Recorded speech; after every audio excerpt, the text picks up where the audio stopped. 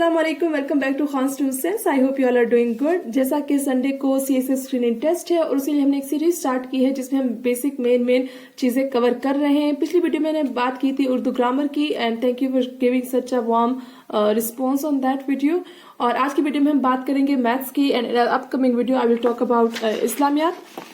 Maths का portion CSS screening test में is very important क्योंकि 60 मार्क्स हैं और इंशाल्लाह after screening test I will try कि मैं हर एक टॉपिक को डिटेल में कवर करूं क्योंकि जो आपका आगे रिटन एग्जाम का पेपर है उसमें भी 40 मार्क्स जो है मैथ्स के लिए लोकेटेड है। एनीवेज, अगर हम एमसीक्यूज की बात करें तो मैंने तकरीबन round about 7 main basic topics और फार्मूलाज हाईलाइट किए हैं जिनके बेसिस पे इंशाल्लाह हम 60 में से अच्छा खासा स्कोर कर सकते हैं।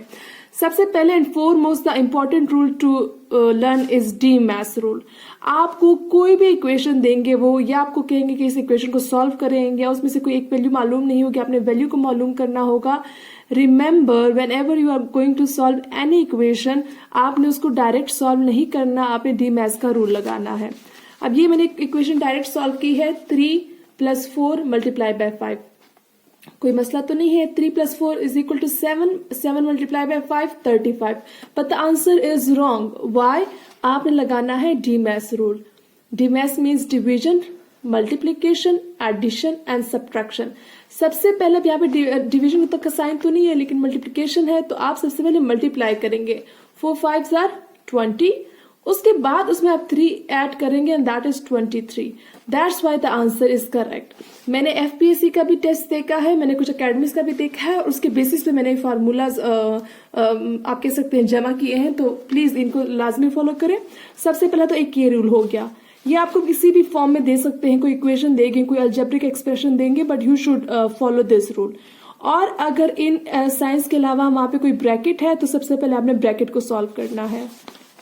Second important one is percentage. आप परसेंटेज का फार्मूला कुछ यूं है कि आपको उसको क्या पता कह दे किसी चीज की परसेंटेज मालूम करने का, तो आपने परसेंटेज मालूम करने के लिए टोटल वैल्यू जो टोटल अमाउंट है उसको आपने नीचे लिखना है और ऊपर जिस चंक की आपने वैल्यू मालूम करनी है वो ऊपर लिखेंगे मल्टीप्लाई बाय 100। फॉर एग्जाम्पल मैंने यहाँ पे एग्जाम्पल दी है, आपको कहते हैं कि 150 स्टूडेंट्स में से 25 फेल हो गए हैं। अब कितने percentage of the students are failed? Question ये है। जो चंक है उसको आपने ऊपर लिखा, नीचे टोटल अमाउंट लिखी, multiply by 100 and the required answer would be the percentage. Okay. दूसरा एक और चीज आपसे ये भी पूछ सकते हैं कि क्या पता आपको परसेंटेज भी गिवन हो, आपको टोटल वैल्यू भी गिवन हो, आपसे पूछे कि ये परसेंटेज कितने लोगों के बराबर है। फॉर एग्जाम्पल आपको कहते हैं कि टोटल स्टूडेंट्स 200 है, उनमें से 80% पास है। आप बताएं वो 80% कितने स्टूडेंट्स के बराबर हैं।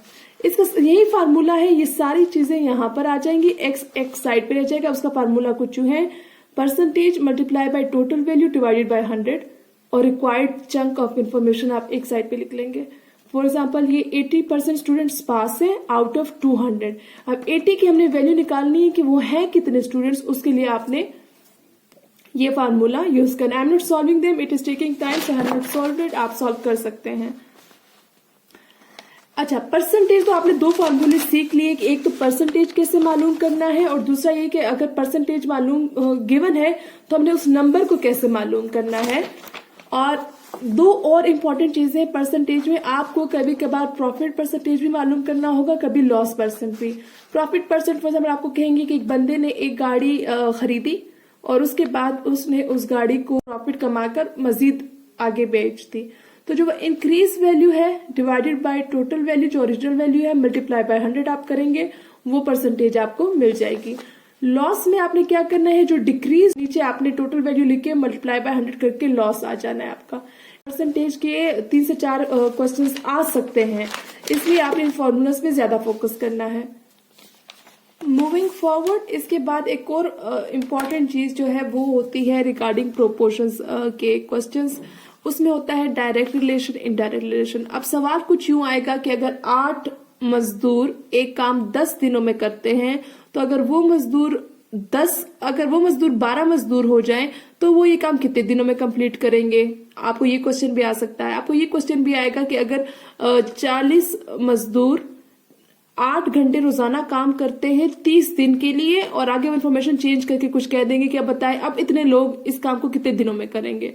इस तरह के क्वेश्चंस जो आते हैं इनको हम कहते हैं प्रोपोर्शंस के क्वेश्चन। इसमें आपने दो चीजों पे ध्यान रखना है कि क्या उन जो आपको वेरिएबल्स दिए हैं उनमें डायरेक्ट रिलेशन है या इनडायरेक्ट रिलेशन है।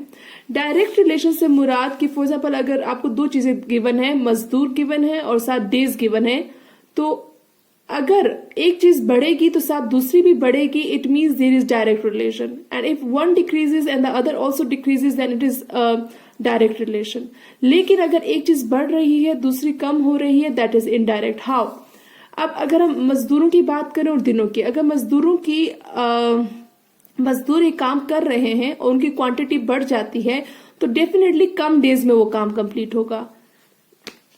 फॉर एग्जाम्पल जो लेबर है और जो डेज है, अगर 10 मजदूर एक काम 5 दिनों में कर रहे हैं और ये मजदूर 20 हो जाते हैं, तो ये दिन कितने हो लगेंगे? Definitely less than 5। अगर मजदूर बढ़ रहे हैं तो दिन कम होंगे। Now this is indirect relation, this is indirect relation. Direct relation उसके बजाय दूसरी तरफ इस तरह होगा कि अगर 10 घंटे बिजली इस्तेमाल होती है तो कॉस्ट होती है 5 की, और अगर वही बिजली 20 दिन इस्तेमाल होती है तो कॉस्ट क्या होगी? डेफिनेटली 5K से ऊपर जाएगी कॉस्ट।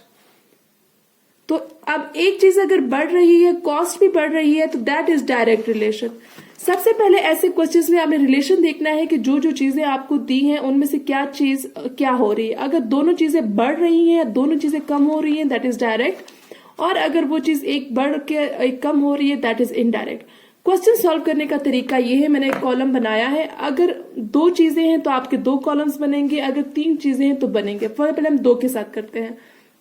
फॉर एग्जाम्पल आपको कहते हैं कि 10 मजदूर एक काम नहीं बल्कि 10 घंटे में 50 मजदूर एक बिल्डिंग को बना रहे हैं। 10 घंटे में 50 मजदूर एक बिल्डिंग बना रहे हैं। अगर ये 10 दिनों में 50 मजदूर एक घर बना रहे हैं, I will write over here man, यहां पे हम लिख देते हैं डेज।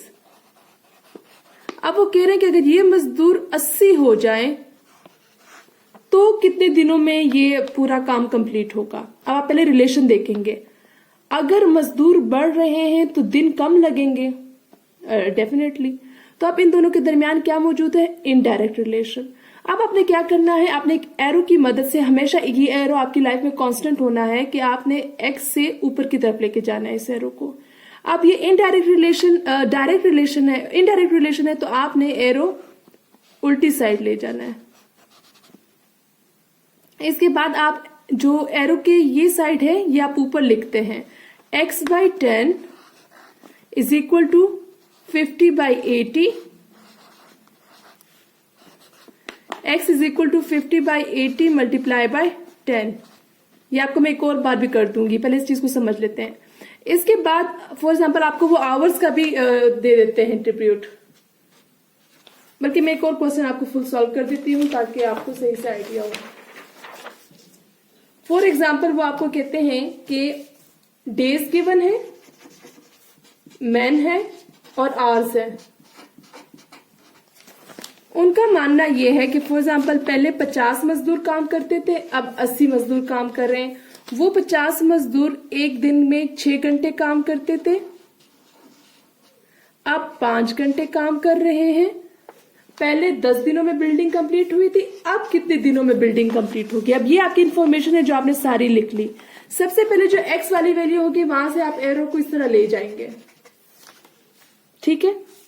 और इस चीज को आपने इनके साथ कंपेयर करना है। अगर मजदूर ज्यादा होंगे तो कम दिन लगेंगे, ये कॉमन सेंस की बात है। तो इन दोनों के दरमियान क्या है? Indirect relation. जब इनडायरेक्ट रिलेशन होता है तो एरोस उल्टे लगेंगे। आवर्स की अगर हम बात करें, पहले 6 घंटे काम होता था, अब 5 घंटे काम हो रहा है। तो जब घंटे कम हो रहे हैं तो दिन तो ज्यादा लगेंगे। तो अगेन इनडायरेक्ट रिलेशन, अगेन आप एरो उल्टी साइड ले जाएंगे। आपका कंपैरिजन इसके साथ है। अब इक्वेशन बनाने का तरीका ये है कि जो टेल साइड होती है वो हम पहले लिखते हैं और एरो की साइड हम नीचे लिखते हैं। x/10 is equal to 50/80 multiply by 6/5। अब इसको आप पूरा पे सॉल्व कर लें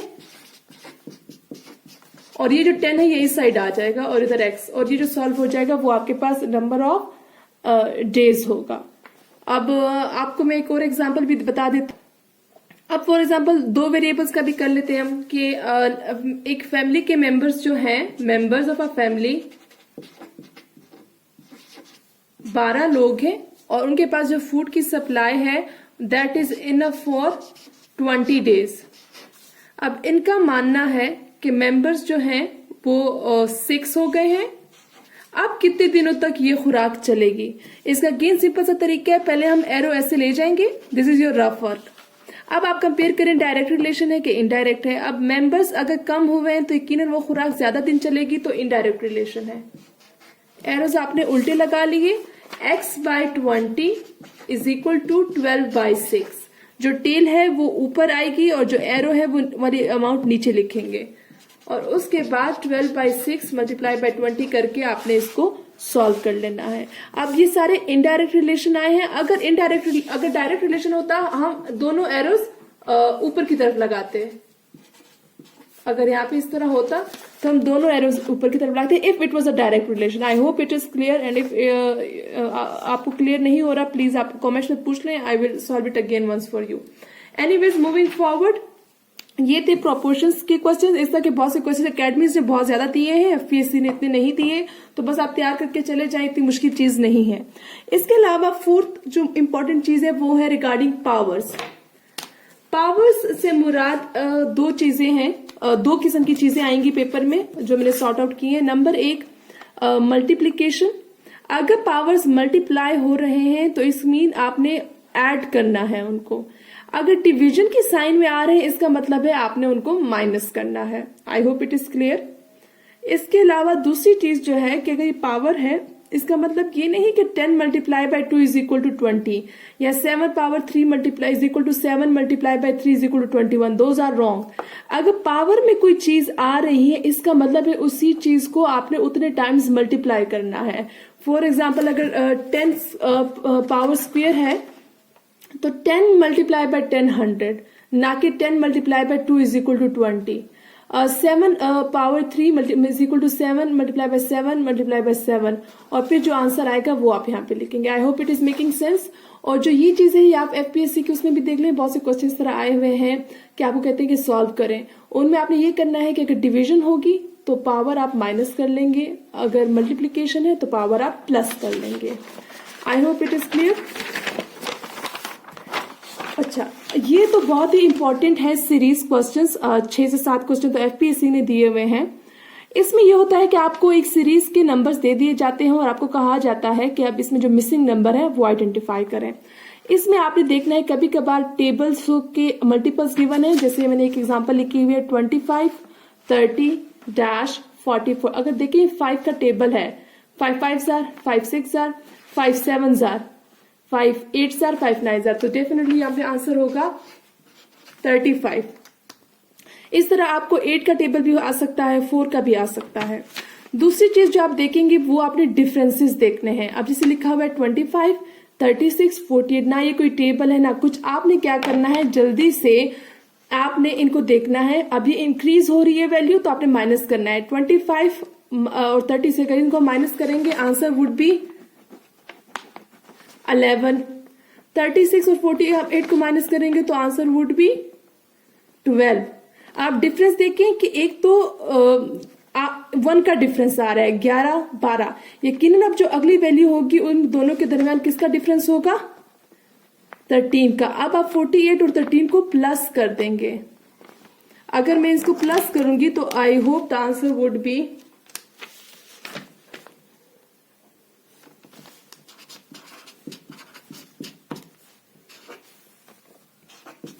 61। ठीक, ये 0।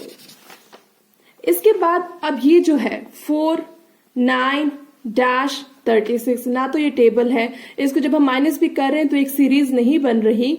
ये बेसिकली आपको देखिएगा स्क्वायर के भी आपको आ सकते हैं। 4 means 2 square, 9 means 3 square, 36 means 6 square. तो मीन्स यहाँ के बीच में क्या आ रहा है, 5 का square, that means 5 5s are 25। आपको स्क्वेयर भी आ सकता है सीरीज में। अच्छा ये देखिए, ये भी बड़ा मजे का है, 120, 99, 80, 63। अगेन आपने जल्दी से इसमें डिफरेंस मालूम करना है। 120 और 99 का डिफरेंस का मतलब है 21, 99 और 80 के दरमियान का डिफरेंस का मतलब है 19, 80 63 के दरमियान डिफरेंस का मतलब है 17। अब आप अगर सीरीज को देखें 2 का डिफरेंस आ रहा है, 21, 19, 17। अब अगर यहां पे डिफरेंस नेक्स्ट वैल्यू का क्या होना चाहिए, 15। तो आप 63 और 15 को प्लस कर देंगे, दैट वुड बी, बल्कि माइनस करेंगे, सॉरी 63 में से अगर हम 15 को माइनस करें 48 मीन्स, अब ये आपने डिफरेंस का देखा, 2 का डिफरेंस आया, 2 का आया, तो 17 के बाद या 15 कर देंगे और माइनस कर देंगे। आई होप इट इज क्लियर। आप कुछ इस तरह के क्वेश्चंस की प्रैक्टिस कर लें, आई होप आपके लिए क्लियर हो जाएगा। मूविंग फॉरवर्ड हम बात करते हैं, बहुत से क्वेश्चंस एवरेज के आते हैं। आपसे पूछा जाता है कि इतने बच्चों के इतने मार्क्स आए, उनकी एवरेज क्या है। एवरेज निकालने का तरीका ये है कि जो जितने बच्चों के मार्क्स है, फॉर एग्जाम्पल 3 स्टूडेंट्स की बात हो रही है, उन सबके मार्क्स लिख के आप 3 पे डिवाइड करेंगे। अगर फॉर एग्जाम्पल 6 बच्चों के मार्क्स गिवन है तो आप 6 डिफरेंट मार्क्स लिख के उसको 6 पे डिवाइड कर देंगे, दैट इज एवरेज। अब आपको ये भी हो सकता है कि आपको कहें कि एवरेज ये है, 3 बच्चे हैं, 2 का मार्क्स गिवन है, तीसरे का मालूम नहीं है, तो आप 3 को यहाँ लेके जाके मल्टीप्लाई कर देंगे और फिर इन 2 को यहाँ पे माइनस कर देंगे, तो जो वैल्यू बच जाएगी that would be the answer of the that particular kid. Last and foremost important thing is algebra. Algebra में आपने क्या करना है, आपको इस तरह की 2 इक्वेशन दी जाएंगी कि इनको प्लस कर दें, इनको माइनस कर दें, कुछ भी हो सकता है। आपको जो चीज सीखने की जरूरत है वो है साइंस। अगर वो अलजेब्रा में इससे एडिशन या सब्ट्रैक्शन हो रही है, एडिशन के वक्त आपने फॉर एग्जाम्पल आपके पास 2 वैल्यूज हैं, +x + 3x या माइनस, उनके साइंस देखने हैं आपने। अकॉर्डिंग टू साइन आपने फंक्शन देखना है। अगर दोनों के साथ प्लस का साइन है, आपने उस चीज को प्लस करना है, दोनों के साथ माइनस का साइन है तो भी प्लस करना है। लेकिन प्लस के वक्त साइन प्लस का लगेगा और माइनस के वक्त साइन माइनस लगेगा, लेकिन फंक्शन जो होगा वो प्लस का होगा। अब आप कहेंगे ये कितनी अजीब बात है, इसको मैं आपके लिए सॉल्व कर देती हूँ। फॉर एग्जाम्पल आपके पास है 3x + 4x, 4x - 3x। अब देखिए दोनों के साथ प्लस का साइन है, आपने इन दोनों को प्लस करना है और साइन भी प्लस का आएगा। -4x - 3x, अब दोनों का साइन सेम है, ये भी प्लस होगा, आंसर वो भी 7x, बट जो साइन है वो किसका लगेगा, माइनस का लगेगा। इसी तरह अगर ये हो 4x -4x + 3x या 4x - 3x, अब आप क्या करेंगे, दोनों के दरमियान साइन डिफरेंट है तो आपने करना इन दोनों को माइनस है, 4 - 3 = 1x। लेकिन साइन किसका लगेगा, प्लस या माइनस, साइन उस चीज का लगेगा जो वैल्यू बड़ी है। 4x is bigger, so minus का साइन लगेगा। यहां पर आ जाए 4x - 3x, माइनस करेंगे x आ गया, साइन किसका लगेगा, बिगर वैल्यू इज +4x, तो हम प्लस साइन लगाएंगे। आई होप इट इज क्लियर। यही चीज मैंने यहाँ पर समझाई है कि अगर प्लस प्लस साइन है दोनों चीजें प्लस होंगी, अगर माइनस साइन है, अगर प्लस माइनस साइन है function would be minus, minus plus minus का साइन, लेकिन साइन किस चीज का लगेगा, बिगर वैल्यू का। अब हम बात करते हैं मल्टीप्लीकेशन की, कि मल्टीप्लीकेशन के वक्त आप बल्कि माइनस मल्टीप्लीकेशन हो रही है लेकिन ये माइनस का साइन मल्टीप्लाई हो रहा है ब्रैकेट की वजह से, तो आप क्या करेंगे, ब्रैकेट ओपन करते हुए इस माइनस साइन को इन सारी वैल्यूज के साथ मल्टीप्लाई करेंगे। इसका तरीका कुछ यूं है कि अगर मल्टीप्लाई कर रहे हैं आप, प्लस के साथ मल्टीप्लाई हो रहा है तो प्लस का साइन लगेगा, माइनस माइनस मल्टीप्लाई हो रहे हैं तो प्लस का साइन लगेगा, माइनस प्लस या प्लस माइनस हो तो माइनस का साइन लगेगा। आप कहेंगे ये कैसे, ये भी हम करके देख लेते हैं। फॉर एग्जाम्पल -1 मल्टीप्लाई हो रहा है 2x के साथ, तो -1 मल्टीप्लाई बाय 2x, माइनस का साइन है अंदर प्लस का साइन है, तो ये होगा -2x। अगर बाहर हो +1 और अंदर हो -2x तो भी जब आप इसको मल्टीप्लाई करेंगे -2x। एक अगर बाहर +1 है और अंदर भी +2x है तो जब आप मल्टीप्लाई करेंगे तो भी +2x। लेकिन अगर बाहर -1 है और अंदर -2x है और इसको आप मल्टीप्लाई करेंगे तो माइनस माइनस प्लस हो जाएगा। मीन्स चारों वक्त आपने मल्टीप्लाई ही करना है, लेकिन सिर्फ अगर दोनों साइड में माइनस है तो वो साइन प्लस में चेंज हो जाएगा, और अगर माइनस प्लस या प्लस माइनस है तो माइनस रहेगा। अब आप कहेंगे कि आप प्लस माइनस माइनस हो रहा है, लेकिन अलजेब्रा है ही ऐसे। इसके लिए मैं एक और एग्जांपल आपके लिए सॉल्व कर देती हूँ and after then I will wind up this video.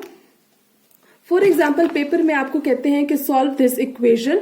Equation कुछ यूं है कि x + y + 2z और यहाँ पे लिखा हुआ है -2x + y + 2z, बल्कि एक को मैं माइनस कर देती हूँ, ये माइनस है। अब तरीका सॉल्व करने का ये है कि आप x + y + 2z को तो उसी जगह पे रखेंगे। -2 को एक बार इसके साथ मल्टीप्लाई करेंगे, एक बार इसके साथ, एक बार इसके साथ। -2 × 2x -4x, -2 × -y 2y। Sign plus का आएगा क्योंकि अभी पीछे हमने इसी चीज को डिस्कस किया है। -2 × 2z, आंसर तो 4z आएगा, लेकिन साइन किसका आएगा?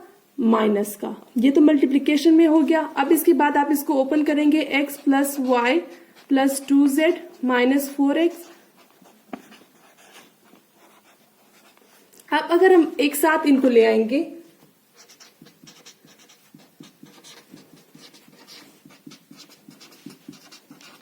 अब देखें x - 4x, ये दोनों चीजें माइनस हो रही हैं। 3x, साइन किस चीज का लगेगा? बड़ी वैल्यू का। यहाँ पे दोनों प्लस हो रही हैं और साइन प्लस ही रहेगा क्योंकि दोनों में सेम है। 2z - 4z, again it will be minus, लेकिन साइन किसका लगेगा? बड़ी वैल्यू का, -2z। अगर ये इस तरह होता, फॉर एग्जाम्पल 2z,